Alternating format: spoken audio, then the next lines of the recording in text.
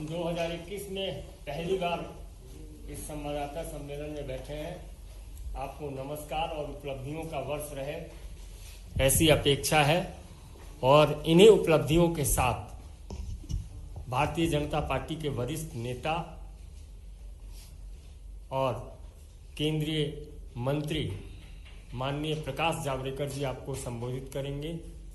बगल में हमारे राष्ट्रीय प्रवक्ता श्री के शर्मा जी हैं। मेरा विनम्र निवेदन है माननीय प्रकाश जी से कि आपको संबोधित करें।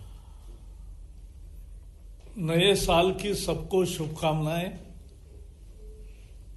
पिछला साल कोरोना से शुरू हुआ, लेकिन इस साल वैक्सीन से शुरुआत हुई है, तो देश को एक आश्वस्त करने वाली ये साल रहेगा, ये मुझे विश्वास है। अमेरिका की एक प्रख्यात आकलन करने वाली संस्था है, सर्वे करने वाली संस्था है मॉर्निंग कंसल्ट्स। उसने 13 प्रमुख लोकतांत्रिक देशों के नेताओं का बारे में जनता को क्या लगता है इसका आकलन किया, और भारत के लिए गौरव का विषय है कि प्रधानमंत्री नरेंद्र मोदी जी का अप्रूवल रेटिंग सबसे ज्यादा 55% आया है। सभी प्रमुख देश इसमें थे, America, Britain, Australia, Canada, France, Italy, Japan, German, Brazil, Mexico, दक्षिण कोरिया, स्पेन। सभी प्रमुख देशों के नेताओं के बारे में जनता का आकलन किया गया और उस आकलन में 55 अप्रूवल रेटिंग के साथ सबसे आगे मोदी जी है। 2 नंबर पर मेक्सिको के अध्यक्ष है मैनुअल ओब्रेडोर, उनको 29 अप्रूवल रेटिंग है उनका, और तीसरे स्थान पर ऑस्ट्रेलिया के है 27 है। यानी एक तरह से पहले और दूसरे में लगभग आधे का अंतर है। तो ये जो है मोदी जी की लोकप्रियता, और सबसे विशेष बात है कि पिछले 6 साल दुनिया के एकमात्र नेता ऐसे हैं जिनकी लोकप्रियता लगातार बरकरार है या बढ़ रही है। 6 साल, इट्स अ रेयर फिनोमिना। ये दुनिया में ऐसा नहीं होता। कभी सफलता रहती है, कभी विफलता आती है, कभी रेटिंग बढ़ता है, कभी कम होता है, लेकिन मोदी जी है कि जिनका रेटिंग लगातार बढ़ रहा है। गैलप इंटरनेशनल ने भी एक सर्वे किया था, तो जिसमें आया था कि 91% भारतीय मानते हैं कि कोविड के बारे में मोदी जी ने जो किया है काम वो बहुत अच्छा है। सी वोटर और IANS ने भी सर्वे किया है, उसमें 75% लोगों ने कहा है कि कोविड के बारे में मोदी जी की रणनीति बहुत सफल रही है। वर्ल्ड हेल्थ ऑर्गेनाइजेशन ने भी प्रशंसा की है। आपको मालूम है उनके विभिन्न कामों के लिए विभिन्न दुनिया के अवार्ड से उनको नवाजा गया है। ये बेहद लोकप्रियता क्यों है? क्योंकि मोदी जी दूरदृष्टि से सोचने वाले नेता है। देश की विकास की उनकी एक निश्चित विजन है और उसके लिए वो कार्यक्रम बनाते हैं और सफल करते हैं। देश प्रथम, यही उनकी धारणा है। देश के लिए सब कुछ और देश ही सब कुछ।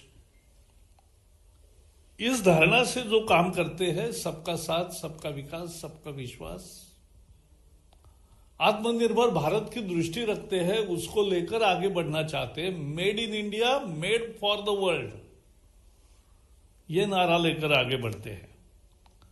दुनिया में भारत का स्थान भी बढ़ गया, दबदबा भी बढ़ गया।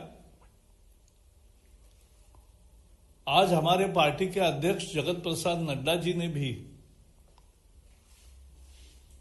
इस आकलन के बाद मोदी जी की भूरी भूरी प्रशंसा करके अपना ट्वीट किया है। हम अगर देखेंगे कि पिछला साल एक तरह से कोविड का वर्ष था, लेकिन इस वर्ष में मुझे याद है जनवरी के कैबिनेट मीटिंग्स में, यानी भारत में 30 जनवरी को पहली केस आई, लेकिन उसके पहले से चीन में हुआ था, तो उसके साथ ही उन्होंने मंत्रिमंडल के सभी साथियों को यह अवगत कराया कि ये एक गंभीर संकट आ रहा है और इसका ढंग से मुकाबला करना चाहिए।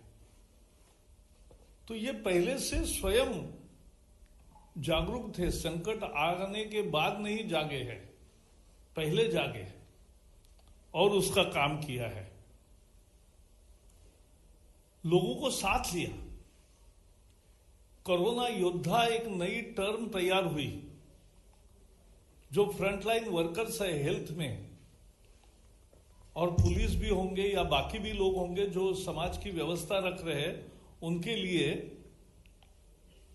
उन्होंने, लोगों ने थाली बजाओ, घंटानाद करो कहा, और देश भर 120 करोड़ 130 करोड़ लोग उसमें सहभागी हो, यह अद्भुत नजारा हमने देखा है।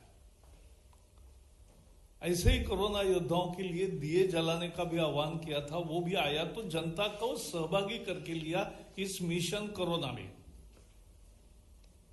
कोरोना से युद्ध किया और लोगों को जागरूक रखा। और बहुत सिंपल नारे उन्होंने गढ़े, 2 गज दूरी, मास्क है जरूरी। दूसरा नारा भी सब में लोकप्रिय हुआ, जब तक दवाई नहीं तब तक ढिलाई नहीं। और अब तीसरा, दवाई आने के बाद उन्होंने तीसरा नारा दिया है, दवाई भी कड़ाई भी। तो सावधानी बरतने का अभी भी उनका सलाह सब देश को है। उन्होंने समय पर लॉकडाउन किया, इसलिए देश का नुकसान कम हुआ, नहीं तो 130 करोड़ के देश में यह बीमारी भयंकर रीति से फैल सकती थी। अमेरिका में 3 करोड़ लोगों को इन्फेक्शन हो गई। हमारा कितना हो सकता था। और आज दुनिया का सबसे ज्यादा रिकवरी रेट 97% यह भारत का हो गया। ये प्रधानमंत्री की दूरदृष्टि की सोच और नियोजन योजना, ये जिस तरह से किया उसके कारण ये हुआ है। हमारे यहां पीपीई नहीं बनता था, पर्सनल प्रोटेक्टिव इक्विपमेंट, मास्क नहीं बनता था, वेंटिलेटर नहीं बनते थे। आज ये सब देश में बन भी रहे हैं और बाहर भी अन्य देशों को हम दे रहे हैं। इतनी बड़ी, कितने लोगों को संक्रमण होगा पता नहीं था, तब उन्होंने बेड्स की योजना की, आइसोलेशन के बेड्स भरपूर हो, आईसीयू के बेड्स भरपूर हो, और उसके साथ साथ सभी स्वास्थ्य सेवा को इकट्ठा करते हुए नई योजनाएं भी की कि रेलवे के डिब्बे में भी अगर जरूरत हो तो कुछ मरीजों को रखा जा सकेगा। इस तरह की योजना करी, ये दुनिया में कहीं नहीं हुआ, वो उन्होंने करके दिखाया। दुनिया को पूरी दवा दी, हमारी हाइड्रोक्सो क्लोरोक्विन और बाकी भी दवाएं जो भारत की वैक्सीन्स और बाकी उपयोगी थे इस ट्रीटमेंट में, वो 80 से अधिक देशों में उसको रवाना किया। आज भारत शायद एक देश है कि जहां 4 वैक्सीन्स लाइन में तैयार हो रहे हैं।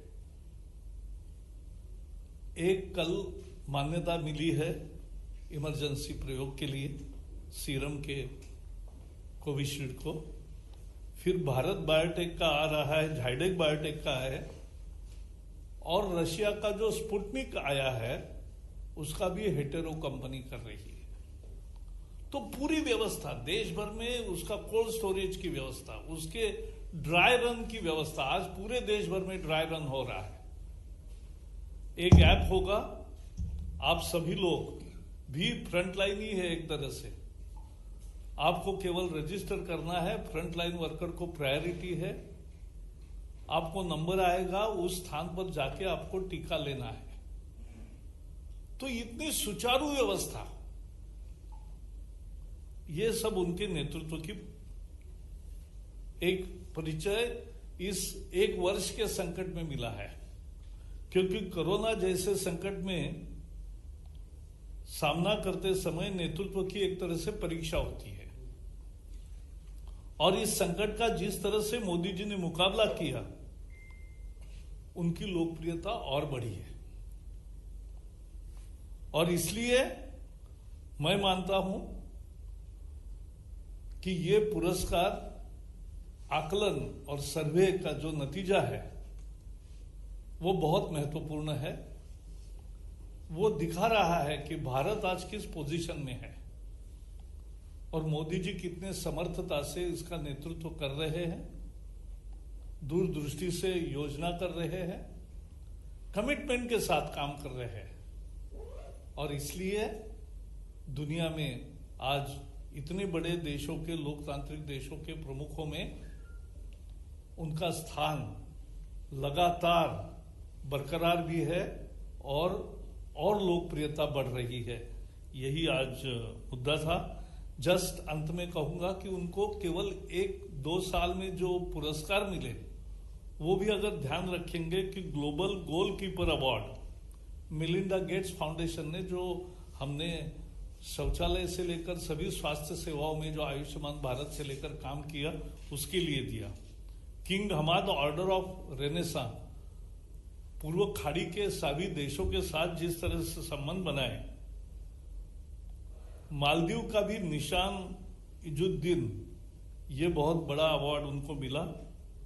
ऑर्डर ऑफ सेंट एड्रूज अपोस्टल, ये भी अवार्ड से उनको नवाजा गया। ऑर्डर ऑफ जायद, ये संयुक्त अरब अमीरात ने उनको पुरस्कार दिया। सियोल शांति पुरस्कार मिला 2018 में, 2 साल पहले, वो भी आपको मालूम है। और फिलिप कोटलर प्रेसिडेंशियल अवार्ड मिला। तो ये सारे अवार्ड बया यही करते हैं कि एक सक्षम नेतृत्व भारत को मिला है, एक दूरदृष्टि का नेतृत्व मिला है, और उस नेतृत्व के तहत भारत एक तरक्की तेजी से आगे बढ़ रहा है और विश्व में एक प्रमुख ताकत बनकर उभर रहा है। अब तो स्थायी समिति का भी यूएन में वो अस्थायी सदस्य बन गया है। तो भारत का रोल विश्व में भी रहेगा और भारत की तरक्की और आगे बढ़ेगी। यही मुझे लगता है इस जो मॉर्निंग कंसल्ट संस्था के द्वारा किए गए सर्वे का यही अर्थ है, यह हमें समझना चाहिए। मुझे इतना ही कहना है आज। जी, इस विषय पे कुछ है तो पहले पूछे, फिर बाद में। आपने सम्मान की बात की, लेकिन कांग्रेस और ऑपोजिशन इसको डाइजेस्ट नहीं कर पाती। ऐसा है, किसी को हजम नहीं होता है, लेकिन उससे वास्तविकता नहीं बदलती। देश के दिलो दिमाग में लोगों के मोदी जी बैठे और बहुतर लोग, ज्यादा से ज्यादा लोग उनको पसंद करते हैं, और 19 का विजय भी एक उसी का परिणाम है। और बाकी भी हमारे ग्राम पंचायत से लेकर जिला परिषद से लेकर विधानसभाओं तक जो सफलता मिल रही है, मैं एक उदाहरण बताऊं। मैं पुणे में, हमारे यहाँ पहली दफा बीजेपी को पूरा बहुमत मिल गया कॉरपोरेशन में, और 100 हमारे कॉरपोरेटर्स चुने गए। मैंने हर एक से बात की, हर एक को पूछा कि जहां हारते थे वहां वोट कितने मिले, जिस विभाग में हारते थे आप, बीजेपी को कम वोट मिलते थे, तो कितने हुए? तो वहां बढ़े, बोले झुग्गी झोपड़ी में बढ़े, यहां बढ़े। तो मैंने कहा क्यों गरीब बस्तियों में बढ़े? तो मैंने कहा क्या कारण है? तो बोले मोदी। एकमात्र कारण, गरीब को लगता है कि देश का भला अगर होना है और हमारा भी उन्नति कुछ होना है तो मोदी जी सक्षम नेतृत्व है। तो वो नगर निगम के चुनाव में भी मोदी जी एक रेफरेंस पॉइंट होता है, यह हमें समझना चाहिए। सर, कोरोना की वैक्सीन हराम या हलाल, इस पर बड़ी एक बहस छिड़ गई है और कंफ्यूजन क्रिएट किया जा रहा है पूरे देश में। इस पर बातचीत मुझे इसका, मैं टेक्नोलॉजी का आदमी नहीं हूं इसमें, ये तो हर्षवर्धन जी बताएंगे। लेकिन एक सत्य है, अपनी वैक्सीन कारगर है और दुनिया भी इस्तेमाल कर रही है, और हमारे यहां भी बाकी जो भी आएगी वो भी परीक्षण के बाद ही आती है। तो वो सेफ, इसमें देखना होता है कि सेफ वैक्सीन है कि नहीं। तो अपनी जो भी वैक्सीन आएगी और रहेगी वो सारी ये रहेगी। सर, मेरा सवाल है, पश्चिम बंगाल के गवर्नर ने आशंका जताई है कि चुनाव में भारी हिंसा हो सकती है, क्योंकि जिस तरह से तृणमूल के नेता भड़काऊ बयान दे रहे हैं। अमृत मंडल ने बयान दिया है, कार्यकर्ताओं की इसमें से पीट कर इनको मार देते। इसको लेकर सर किस तरह से देखते हैं? पश्चिम बंगाल में जिस तरह से हिंसा का खेल तृणमूल कांग्रेस कर रही है उसको वहां की जनता पसंद नहीं कर रही है, और इसलिए लोग बीजेपी के साथ खड़े हैं मजबूती से, और यही आपको दिखाई देगा चुनाव में भी। इतना ही, आज मैं दूसरे विषयों पे नहीं बोल रहा हूं।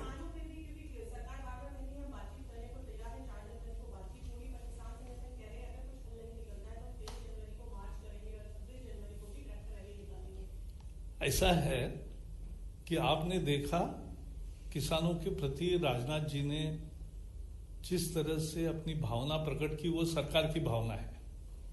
खुद प्रधानमंत्री मोदी जी ने भी बार बार किसान और कृषि के बारे में अपनी दृष्टि को स्पष्ट किया है, और 8 बार चर्चा हुई है। 4 तारीख को परसों फिर से होगी, और हम तो आशावान हैं कि किसानों की समस्याओं में निजात होगा, उसमें समाधान होगा, और समाधान के साथ यह आंदोलन भी समाप्त होगा और सब अपने अपने घरों में लौटेंगे, ये हमें विश्वास है। सर, आपने कहा कि दुनिया भर में तमाम जो अवार्ड बताते हैं कि पीएम मोदी की लोकप्रियता बढ़ी है कोरोना काल में जो काम किया। एक तरफ हम देख रहे हैं दुनिया में तमाम नेताओं की लोकप्रियता घटी और उन्हें सत्ता विरोधी लहर का भी सामना करना पड़ा है, एक बड़ा चुनाव हुआ उसमें। और दूसरी तरफ मोदी जी के नेतृत्व में चाहे जिला पंचायत को चुनाव हो, बीजेपी लगातार चुनाव जीते। तो क्या सबसे अभी अपोजिशन को सबक लेना चाहिए इन मुद्दों पर बोलने की? लेकिन अपोजिशन में कुछ नेता ऐसे हैं कि जो सबक लेने को तैयार ही नहीं है। हमें तो खुली प्रतिस्पर्धा का हम स्वागत करते हैं। देश के लिए एक से एक बेहतर कार्यक्रम देने वाले सोच के साथ कोई नेता काम करता है तो उसका तो हम स्वागत करते हैं, किसी भी पार्टी में हो। लेकिन आज एक तरह से एक बैंक्रप्सी जो दिखाई दे रही है वही मूल समस्या है। Last question. हाँ, सर,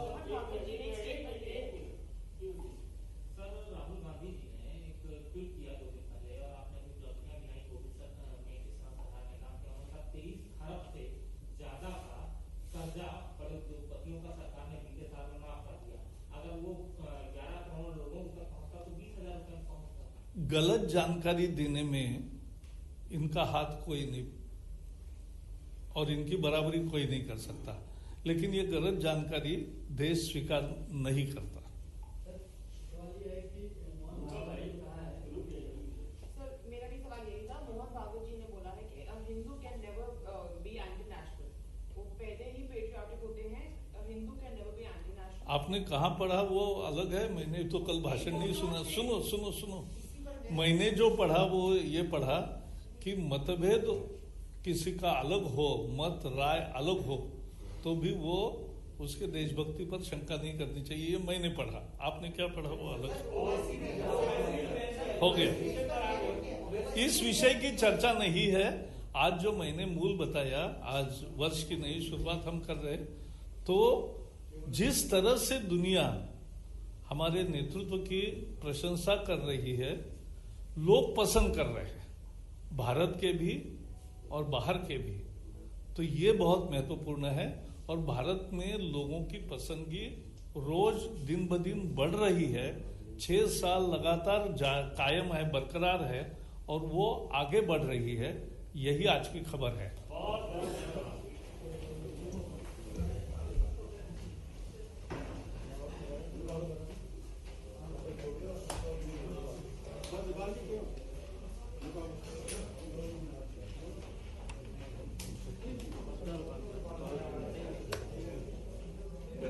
दांत निकालो।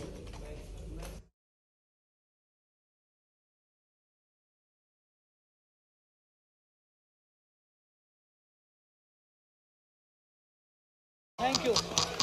Honorable Prime Minister.